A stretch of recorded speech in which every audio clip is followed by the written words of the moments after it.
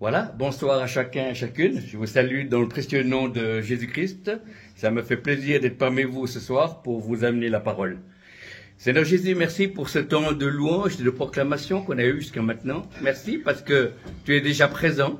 Et Seigneur, il y a un temps pour tout. Et Seigneur, c'est un temps maintenant de ta parole. Eh bien, je prie, Seigneur, que tu puisses faire, comme dans le livre des Actes, à Lydie, ouvrir notre esprit, afin que nous puissions comprendre ta parole. Seigneur, ta parole est la vérité. La foi vient de ce que l'on entend, parce que toi vient de la parole de Dieu. Et nous proclamons que là où l'Esprit, Seigneur, là est la liberté. Nous proclamons la vie de Christ. Nous proclamons la liberté glorieuse des enfants de Dieu. Nous proclamons sur cette plateforme que Satan est vaincu et que Jésus-Christ est Seigneur à la gloire de Dieu le Père. Nous proclamons qu'il est bon, qu'il est agréable pour des frères et sœurs de demeurer ensemble, car c'est de la communauté que Dieu déverse la bénédiction. Nous t'accueillons, Saint-Esprit, nous souhaitons la bienvenue et que tu aies la liberté d'agir au-delà, pensons, imaginons et demandons. Dans le nom de Jésus. Amen et Amen. Amen.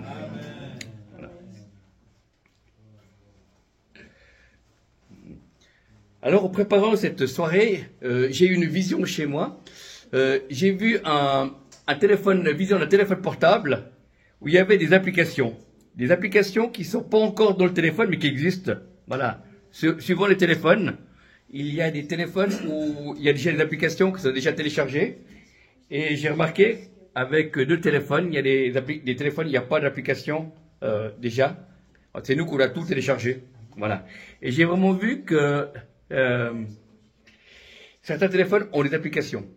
Et cette application, j'ai vu après, la vision est venue plus forte et j'ai vu les icônes, hein, les petites images. Et c'était marqué réveil de l'église. Et les gens ont dans leur téléphone, qui est leur cœur, amen, et la possibilité de pouvoir télécharger les applications, le réveil.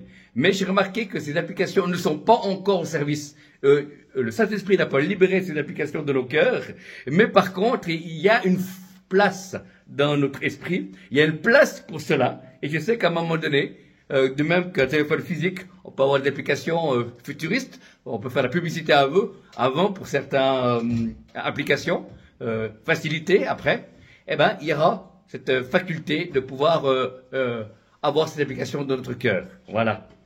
Et simplement, au moment donné, le Seigneur va libérer cela sur son Église, et les gens vont pouvoir simplement recevoir individuellement cette application pour pouvoir rentrer dans une dimension sans précédent de réveil. Voilà. Et c'est Dieu qui met le feu, c'est Dieu qui est le Dieu du feu, c'est le Dieu qui est le Dieu de l'alliance, c'est le Dieu qui rassemble, c'est le Dieu d'Israël et le Dieu des nations.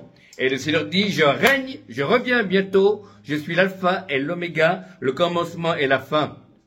Le Seigneur dit, je voyage parmi les nations avec mon esprit. Je visite les nations, je visite les églises, je visite les groupes de prière parce que je cherche des cœurs. Je vais envoyer la pluie de l'arrière-saison, mais il n'y a pas encore assez d'enfants de Dieu pour recevoir mon esprit. C'est pour ça que je retarde, c'est pour ça que je retiens.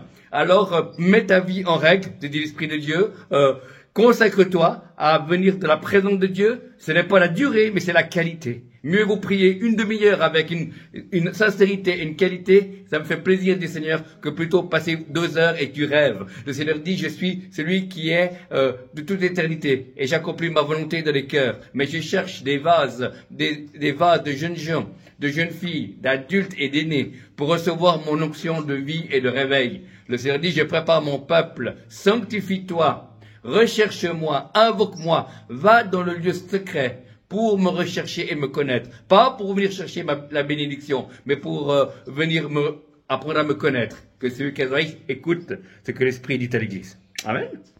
Alléluia. C'est cette pensée prophétique qui m'a invité. Donc je vous soumets cette parole avec humilité, mais authenticité. Alléluia. Beaucoup de choses ont été prêchées jusqu'à maintenant. Et j'étais vers le Seigneur, il dit, Seigneur, qu'est-ce qu'on peut prêcher? Voilà. Et le Seigneur m'a dit, tu vas prêcher sur ce thème que je vais vous partager maintenant. Le thème de la prédication de ce soir s'intitule « De qui es-tu l'esclave ?» J'ai reçu comme ça du ciel. Hein. De qui es-tu l'esclave? Voilà. Donc, on peut être esclave de Dieu, on peut être esclave de nos passions, on peut être esclave du péché, on peut être esclave de l'ennemi, on peut être esclave de nous-mêmes. Amen. Et c'est nous qu'on a choisi qui c'est qui domine sur nous. Amen. Et c'est un choix. Et on va partager cela pour nous encourager. Je sais que vous êtes déjà mis en marche, mais on va persévérer ensemble. Ça va être certains, ça va être des rappels, d'autres, ça va être quelque chose de nouveau. Mais chacun puisse recevoir dans le nom de Jésus. Alléluia. Donc pour commencer, on va aller dans le livre des Éphésiens. Éphésiens 6, verset 8. Pour ceux qui ont la parole de Dieu sur n'importe quel support. Éphésiens 6, le livre des Éphésiens, Nouveau Testament, chapitre 6, verset 8. Ce verset nous dit, sachant que chacun, soit esclave, soit libre, recevra du Seigneur selon ce qu'il aura fait de bien. Voilà, je répète ce verset.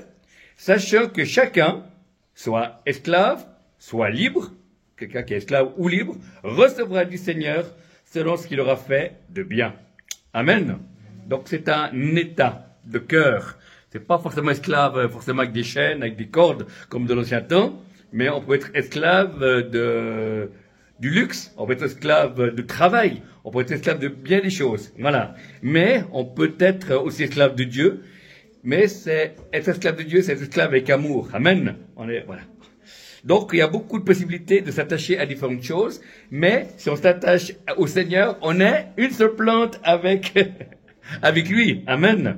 Et si on demeure en lui, ben lui demeure en nous. Amen. Approchez-vous de moi, je m'approcherai de vous, comme c'est marqué dans l'épître de Jacques. Donc, pour commencer, esclave des hommes ou de toi-même. Voilà. Donc, on peut être esclave des hommes, oui. Des fois, on peut très bien être esclave de notre famille. Je parle il y a des fois des familles qui n'acceptent pas, qui ont décidé d'être athées. On dit ma famille sera athée, et voilà, et tout le monde devra l'être. Et puis tout d'un coup, on devient né de nouveau et on devient nous au fond de Dieu. Et à ce moment-là, les gens disent non, on est athée chez nous. Et c'est une lutte de pouvoir continuer à croire en Jésus. Amen. Mais celui qui persévérera jusqu'à la fin sera sauvé. Amen. Et nous sommes appelés pas seulement à croire une fois, mais à continuer à marcher dans la foi, dans l'onction, dans la vérité, dans l'humilité. En sachant que c'est plus moi qui vis, mais c'est Christ qui vit au travers de nous. Amen. Christ en nous, l'espérance de gloire. On peut être esclave de nous-mêmes, c'est-à-dire que, imaginons que moi je désire faire des études de médecine, c'est pas le cas, et que ça devient une idole. Pas que c'est mauvais de faire la médecine comme n'importe quel autre métier, mais si mes heures, le temps que je prends pour étudier la médecine m'enlève mon temps avec Dieu, il y a quelque chose qui n'est pas juste. Par contre, je connais des médecins chrétiens qui, malgré les nombres d'heures qu'ils font pour être médecin, je ne sais plus combien d'années, ont quand même réussi à garder une foi vivante. Amen. Donc on n'est pas contre les études, on n'est pas contre le travail, mais il y a un équilibre. Amen. Et pour savoir si on est dans l'équilibre, il faut savoir comment nous on se trouve. Est-ce que ce que je fais, comme travail, comme activité, comme loisir, me donne la paix, la satisfaction et la joie? Amen. À un moment donné, il faut se positionner, il faut faire un choix. Dieu nous invite, mais nous avons une volonté de le suivre ou pas le suivre. Amen. Donc à un moment donné, moi j'ai travaillé, j'avais deux travails à 50%, 50 et 50, ça faisait 100%. Et puis comme j'avais un appel de serviteur de Dieu, à un moment donné, j'ai dû faire un choix. C'est que j'ai abandonné un des deux métiers et j'ai eu un suivi pastoral avec un ou deux serviteurs de Dieu. Et à un moment donné, c'était décidé en unanimité avec d'autres serviteurs de Dieu qui me voyaient vraiment à mi-temps. Voilà, pas encore à plein temps, peut-être que je serai jamais à plein temps pour Dieu, mais c'est toujours mieux qu'avant. Donc je peux passer plus de temps avec Dieu, je peux continuer aussi à développer mon intelligence normale dans le travail que je fais. Vous voyez? Donc, et en faisant cela, je suis renouvelé. En faisant cela, il y a la fatigue, il y a du stress comme tout le monde, je suis pas meilleur, mais il y a une joie. Une joie d'être au travail en disant Dieu est avec moi, et j'ai une joie d'être devant le peuple de Dieu pour amener la parole de Dieu parce que j'ai eu le temps de passer du temps avec Dieu et j'ai la joie aussi. Donc, pour l'instant, aujourd'hui, en 2024, c'est la volonté de Dieu qui est bonne, agréable et parfaite, que je sois un pied dans le travail professionnel séculier et un pied dans l'église. Amen. Et dans les deux cas, je loue Dieu, dans les deux cas, je me confie en Dieu, et dans les deux cas, je reçois Dieu pourvoit nos besoins. Amen. Et le problème qu'il y a en discutant avec certains pasteurs, pourquoi certains chrétiens font des dépressions, voilà, parce qu'ils sont à un moment donné pris entre la nature céleste qui est en eux et la nature humaine. Voilà. Et ils sont les deux, à la fois humains, de même que Jésus était pleinement fils de Dieu, et nous sommes pleinement, et en même temps pleinement fils de l'homme. Amen. Et nous devons faire un équilibre. Pas annuler l'un ou l'autre, parce que nous avons besoin aussi de repos. Amen. Donc moi, je passe beaucoup de temps avec Dieu, je passe aussi de temps au travail, et aussi des moments de repos. Mais le repos ne veut pas dire rien faire. Le repos, c'est-à-dire que je laisse mon esprit, mon amour, un peu moins l'utiliser pour pouvoir me ressourcer, voilà, et renouveler nos forces pendant la marche. Amen. Voilà.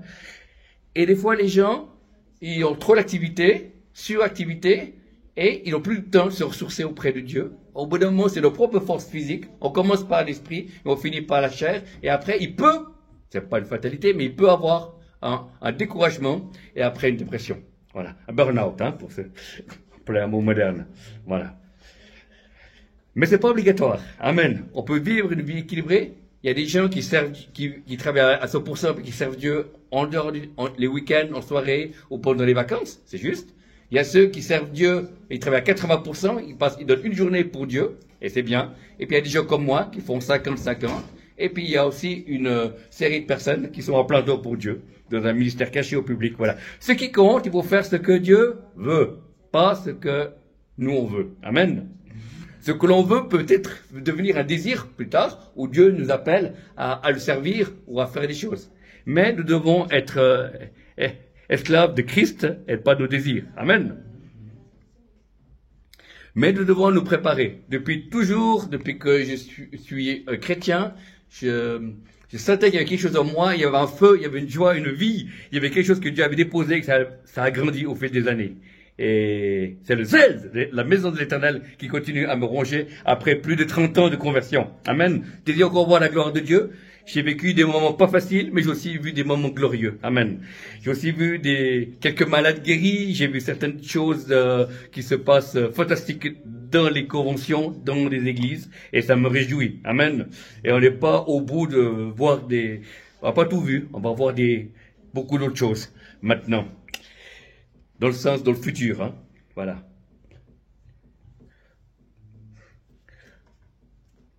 Donc, nous devons veiller à ne pas être esclaves des hommes ou esclaves de soi-même. Il y a un verset pour illustrer un peu ça, c'est 2 Pierre 2, 19. On va aller donc 2 Pierre 2, 19. Deuxième épître de Pierre dans le Nouveau Testament.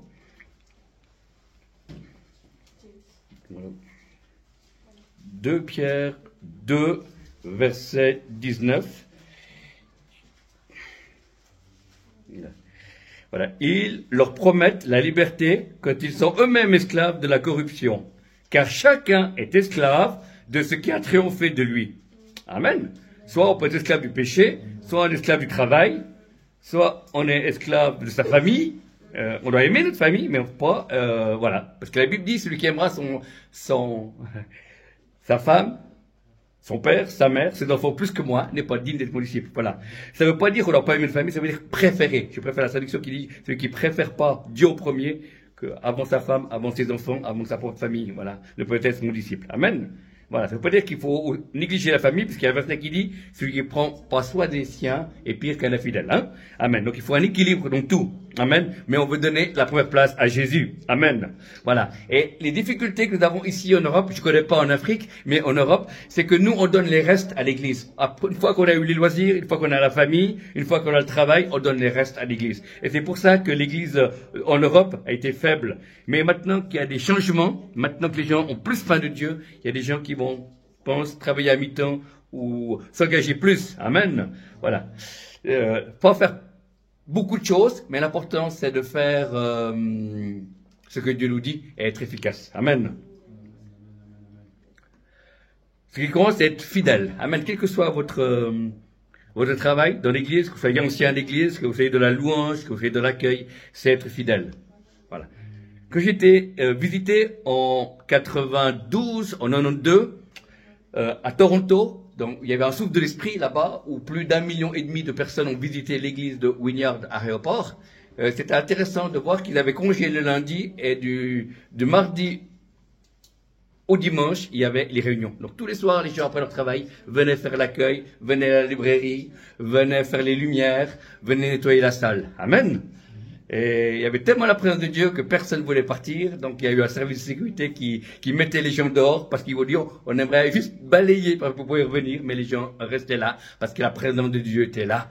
Donc personne ne voulait sortir, tout le monde parlait à mi-voix, tout le monde priait les uns pour les autres. Il y avait une présence de Dieu qui était particulière. Amen. Voilà. Donc c'est quelque chose qui est... Mais il y a un prix. Beaucoup de chrétiens veulent le réveil, mais certaines personnes ne savent pas le prix que ça coûte. Amen. Il y a les bénédictions du réveil, mais également il y a aussi un engagement, voilà, qui n'est pas dit je m'engage juste un soir, puis après je veux plus parce que je préfère regarder Netflix à la maison. Non, pas du tout. Je crois qu'il y a un prix à payer. Et ton oui soit oui, ton non soit non. Et Dieu cherche des cœurs, d'enfants de Dieu, des fils et des filles qui vont avancer dans la durée. Amen. Quelle que soit la durée de ce réveil. Voilà. Donc, il ne faut pas tomber, être esclave des hommes, esclave de soi-même. Ensuite, il y a le deuxième point qu'on va voir, c'est être esclave du diable ou du péché. Amen. Voilà. Alors, on peut être esclave du diable, comment? Vous me direz, mais on est né de nouveau, on est baptisé de cet esprit, comment peut-on, voilà. Nous avons certaines parties de notre personnalité qui n'est pas forcément guérie, mais on est enfant de Dieu. C'est-à-dire que si on est mort de maladie, ou si quelqu'un nous assassine, ou si on a un accident de voiture, ou autre, on va au ciel. Amen. Donc on est inscrit dans le livre de vie. Mais il y a dans nos pensées des endroits où on doit veiller, parce que l'ennemi peut l'utiliser. Voilà.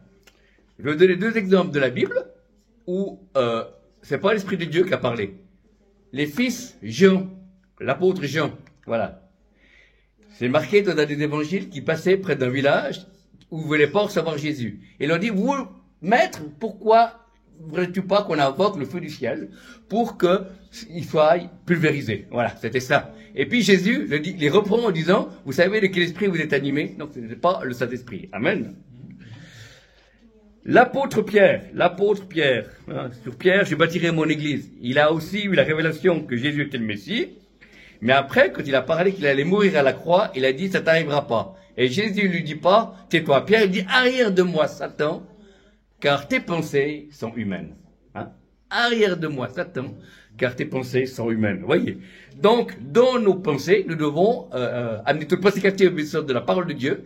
Et des fois, il y a aussi l'esprit religieux dans l'église qui est là, un esprit légalisme, un esprit comme les pharisiens qui veulent aller avec leur intelligence comprendre la vie de Dieu. Mais la Bible dit que l'homme humain ne comprend rien, l'homme charnel ne comprend rien à la vie de l'esprit. Amen. C'est une folie même pour lui. Amen. Et c'est par la foi. Il faut devenir comme un petit enfant pour entrer dans le royaume de Dieu et découvrir que notre héritage pleinement en Jésus-Christ. Amen. Parce que beaucoup de chrétiens sont rentrés dans le salut, mais ils ne sont pas héritiers. Amen. Ils sont rentrés dans le salut. Ils sont sauvés de l'enfer, mais ils n'ont pas encore compris qu'ils ont découvert ce qu'il y a dans le salut. Le salut, il y a la guérison, il y a la délivrance, il y a la prospérité, il y a la vie, il y a une abondance, il y a la communion avec Dieu, il y a tout ce que tu as perdu au jardin d'Éden. Christ, le nouvel Adam, est mort et ressuscité afin que je puisse retrouver ce que tu avais perdu au départ. Amen.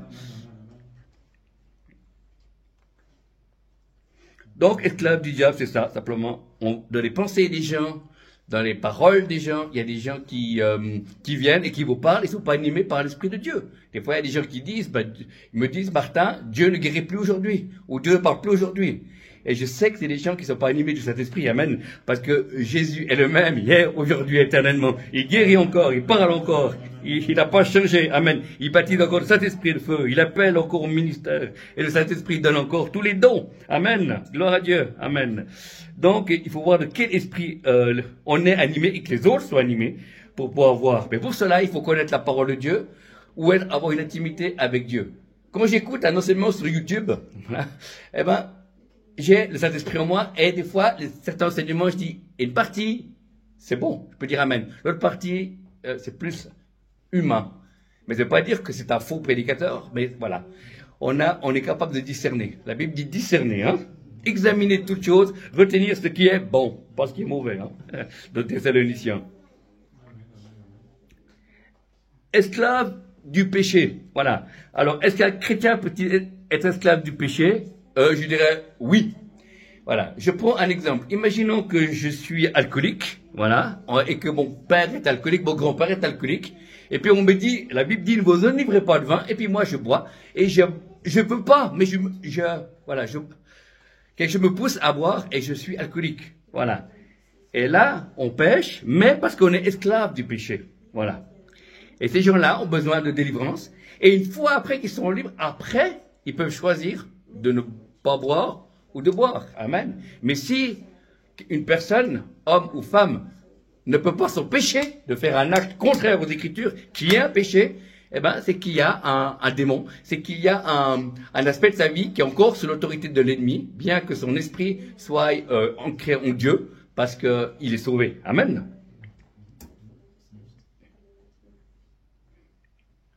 Parce que la Bible dit que le diable pêche dès le commencement, il est le père du mensonge. Amen. Voilà.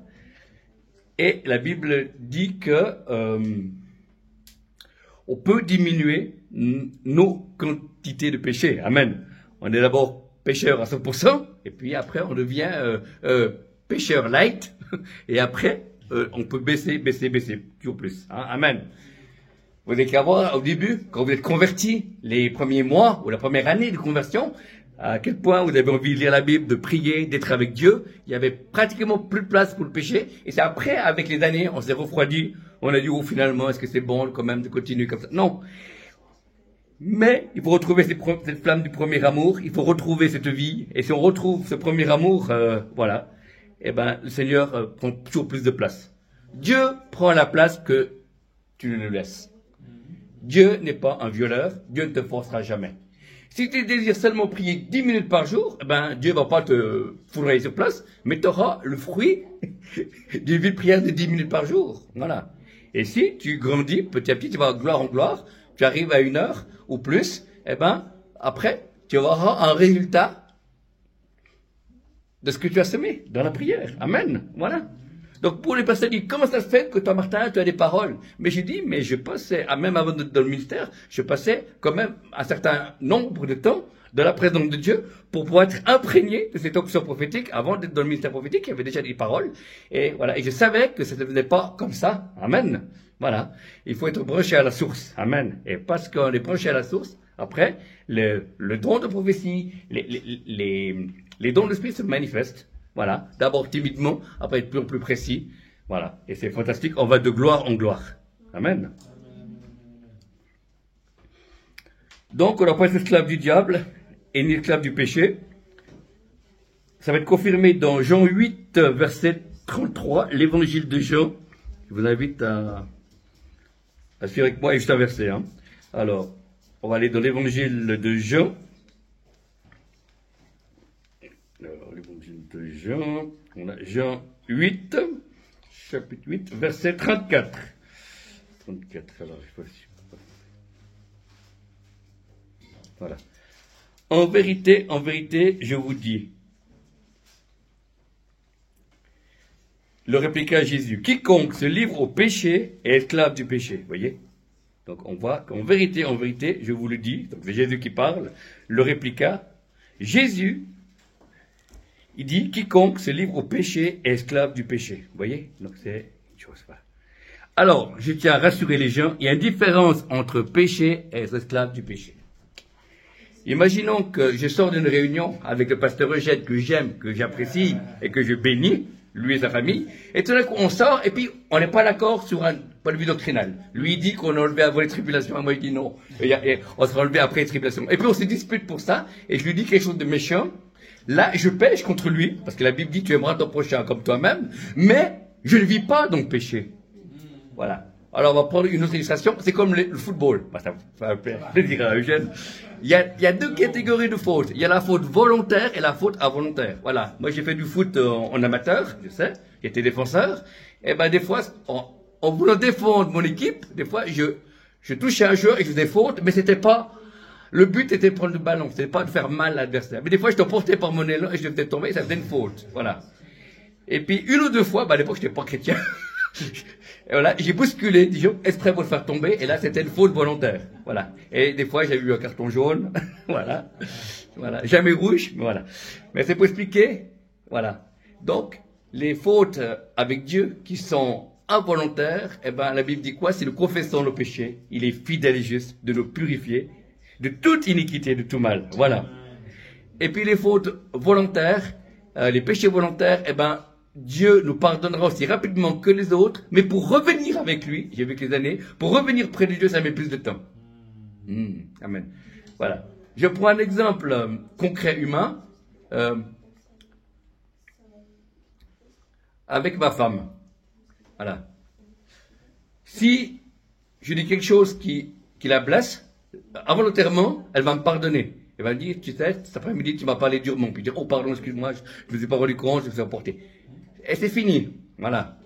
Si elle me dit, tu n'oublieras pas de sortir le gâteau du four, et puis moi qui écoute la louange, je regarde et j'oublie. D'un coup, je sens, ça brûle. J'oublie le gâteau. Elle va venir le soir, elle va dire, Martin, t'as pas surveillé mon gâteau, il a brûlé. Oui, c'est vrai. Alors elle va me pardonner, mais elle n'aura plus confiance en moi. Elle devra attendre 2-3 jours pour qu'on puisse retrouver une confiance en moi, on va me redemander quelque chose de plus difficile ou de moins difficile. Et après, voilà. Vous comprenez? Dans les deux cas, elle reste ma femme. Amen. Moi, je reste son mari. Mais dans les deux cas, la relation que j'ai avec elle, pour revenir auprès de son cœur, pour qu'elle me fasse confiance, met un peu plus de temps. Et bien, c'est la même chose avec Dieu. Amen. Puisqu'elle est créée à l'image de Dieu. Voilà. Donc, quand on pêche, involontairement, tout de suite, on est reconnecté à l'Esprit de Dieu. Amen. C'est pour ça qu'il faut, les fautes doivent nous pousser, non pas loin de Dieu, mais à revenir le plus tôt possible. Et si c'est des choses volontaires, aussi, mais ça mettra plus de temps pour se reconnecter à la source. Amen. Mais Dieu nous aimera toujours. Amen. Mais c'est pour la communion avec lui. Voilà, on peut attrister l'esprit, c'est pour ça. Et quand on attriste l'esprit, eh ben, il faut un petit moment pour que l'esprit nous fasse de nouveau confiance. Amen. Et puis si c'est quelque chose d'involontaire, eh ben, tout de suite, Dieu nous redonne sa confiance. Amen. Et c'est beau. Et j'ai vu cela après des années de service pour lui. Voilà. Donc on a vu être esclave des hommes ou de soi-même. Deuxième point, être esclave du diable ou du péché. Et il reste encore 18 points. Non, je plaisante. Il reste encore un point. Voilà. Positif, c'est celui d'être esclave de Jésus. Amen. On est esclave de Jésus par amour. Amen. Beaucoup de personnes dans l'église persécutée, dans différents pays, ont préféré aller aux prisons que renier Christ. Et il en fait par amour. Il aurait pu dire, ben voilà, je suis plus chrétien, puis je vais pas en prison. Puis certaines personnes ont accepté de laisser une année ou plus à leur année de leur vie, leur famille, pour pouvoir pas renier Dieu. Amen. Ce sont, à mon avis, pour moi, des héros de la foi.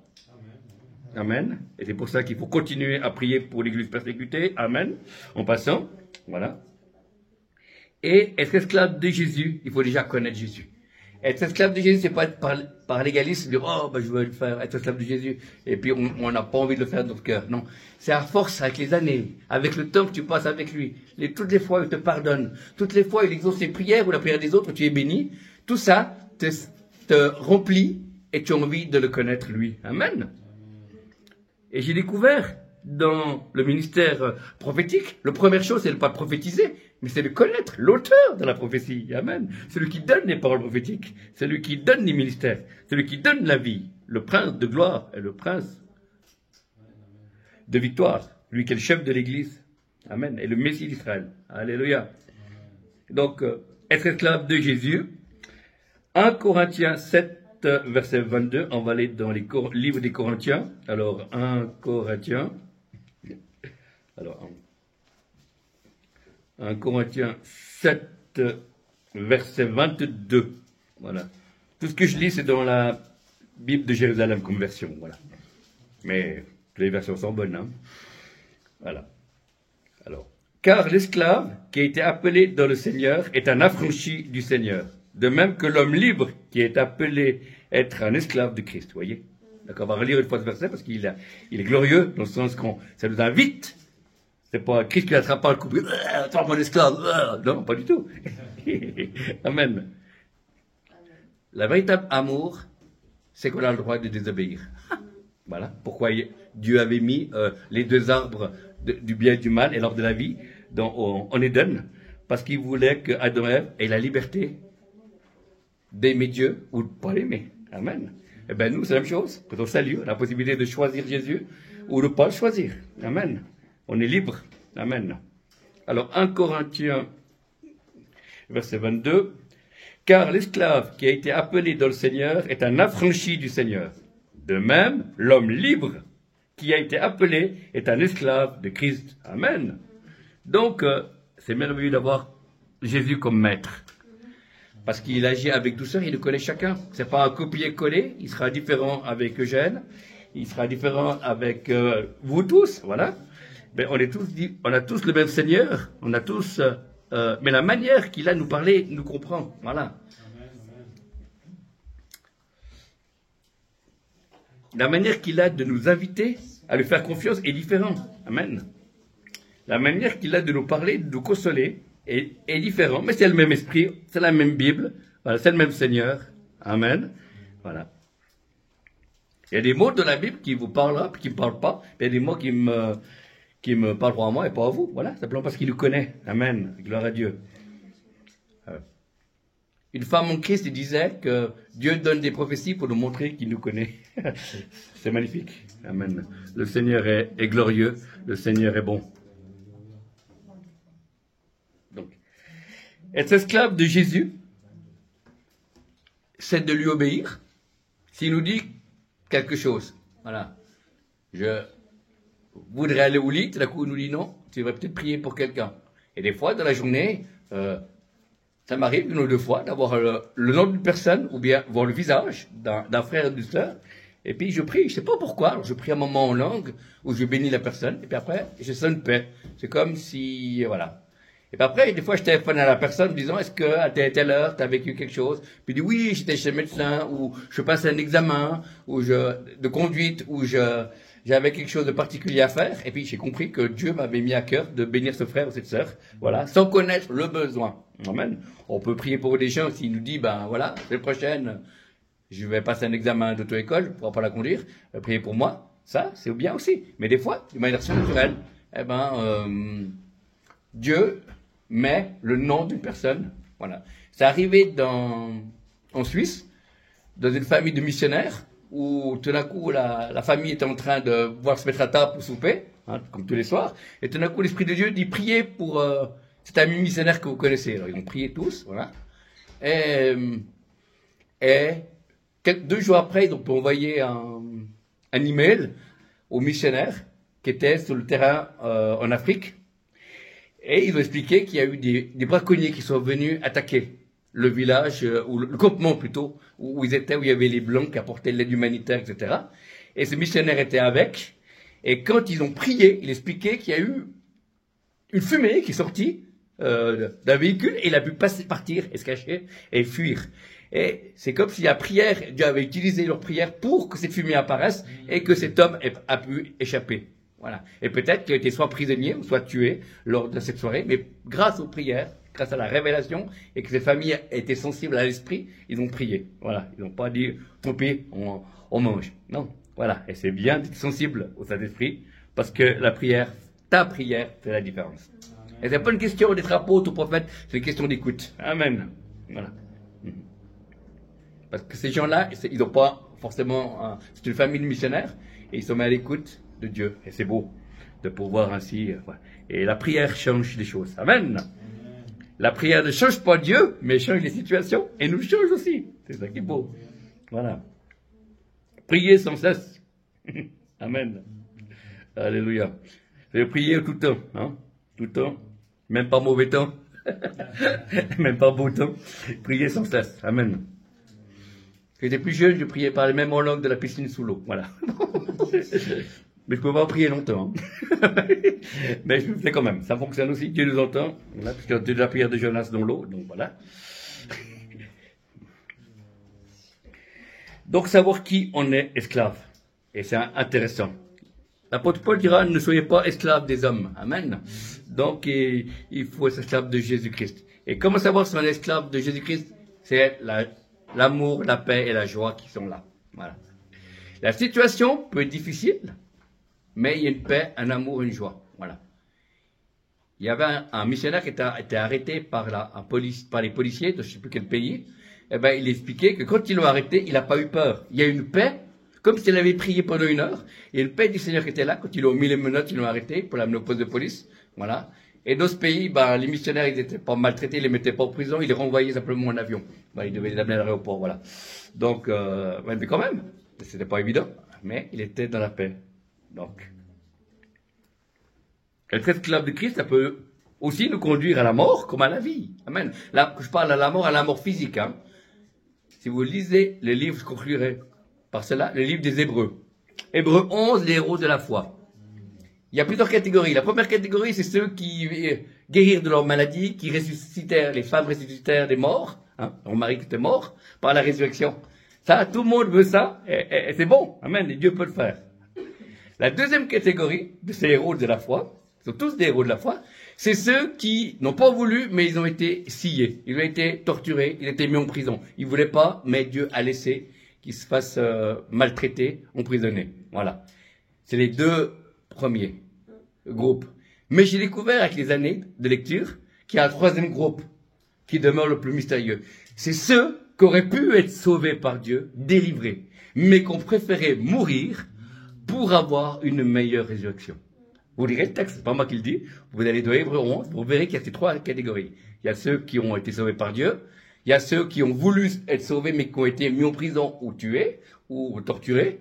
Voilà. Et au début, je voyais que c'est deux catégories. Mais avec les années, à force de lire la Bible, la troisième catégorie, c'est le plus mystérieux. C'est ceux qui auraient pu, s'ils auraient prié, ils auraient été libérés. Mais ils ont préféré mourir pour avoir une meilleure résurrection. Voilà. Amen. Donc ça, c'est un mystère. Mais dans les deux cas, les trois catégories, c'est tous les gens qui sont esclaves de Christ. Amen. Alléluia. Donc, ça nous permet de rester dans l'humilité. Ça nous permet de pouvoir persévérer dans la foi, mais en sachant qu'il faut être prudent. Et puis en sachant qu'on ne sait pas comment on va finir. Amen. On peut mourir d'une mort naturelle. On peut peut-être pas forcément mourir parce que c'est le retour de Jésus. Amen. Ce qui serait le mieux. Ou bien on peut mourir tout seul. Voilà. Ou avec d'autres personnes.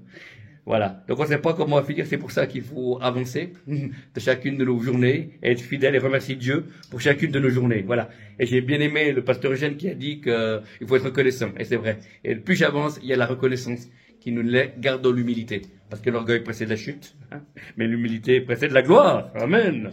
Voilà. Et la reconnaissance est une arme redoutable parce que Dieu, ça fait plaisir à Dieu et Dieu nous donne plus. Amen. Amen. Oui. Amen. La même chose pour les enfants. Si un enfant de 4 ans, vous lui donnez un paquet de bonbons, s'il les mange en casse-tête pour lui tout seul, ça va faire plaisir une fois, mais s'il prend le paquet et il donne à tous ses copains qui est avec lui, vous allez toucher et vous allez voir le redonner parce qu'il garde pas tout pour lui. Voilà. Alors, c'est-à-dire que je vais te prier pour les trois catégories. Simplement te prier pour tous les gens qui sont esclaves de eux-mêmes, esclaves des humains, et ben, qui puissent se rendre compte qu'ils sont dégagés dans le nom de Jésus. Je les bénis. Ce n'est pas un jugement, c'est simplement un positionnement de cœur. Voilà. Dans le nom de Jésus, nous vous bénissons, que vous puissiez être conscients déjà et pouvoir manœuvrer afin d'être libres. Amen.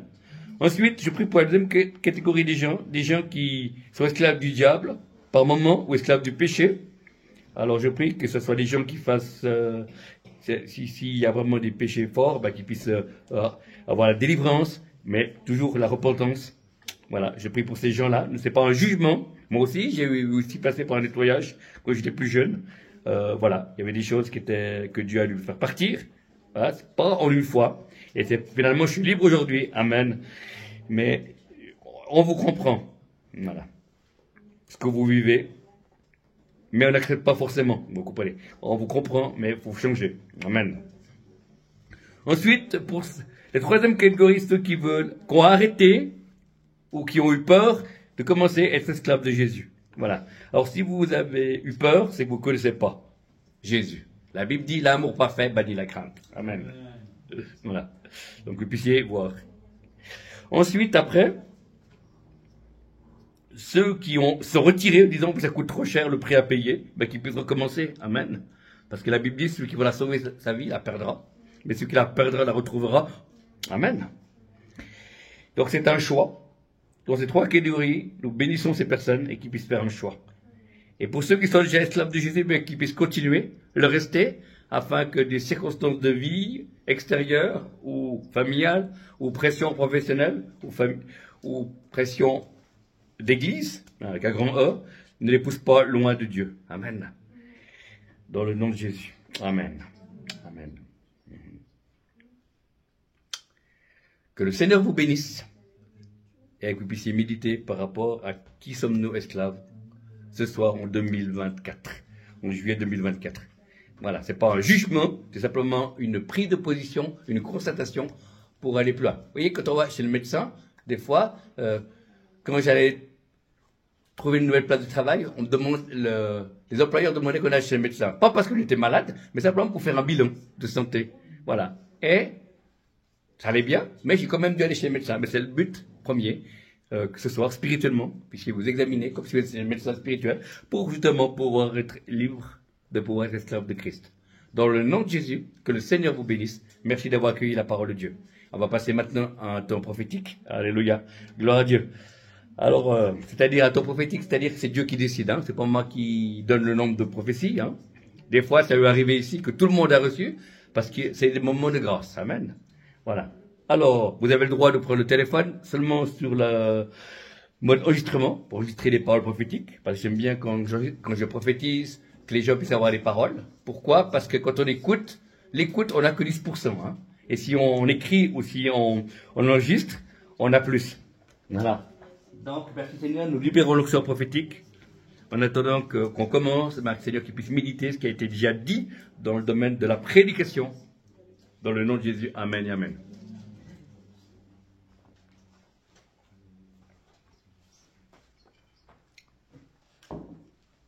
Alors,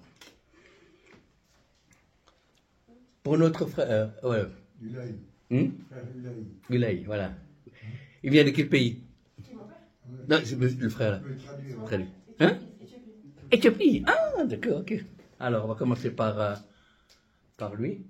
Tu enregistres, Freddy, ou quelqu'un enregistre ou... Voilà. D'accord, alors, voilà. Parfait.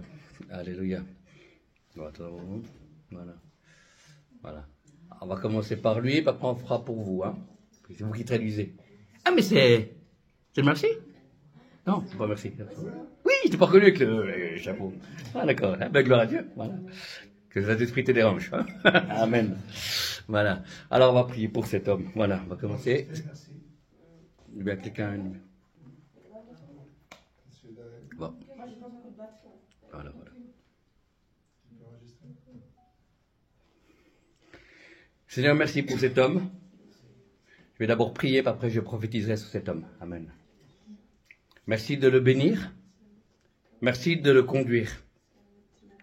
Merci d'étendre ta main sur lui, afin que l'œuvre de Dieu puisse se faire en lui.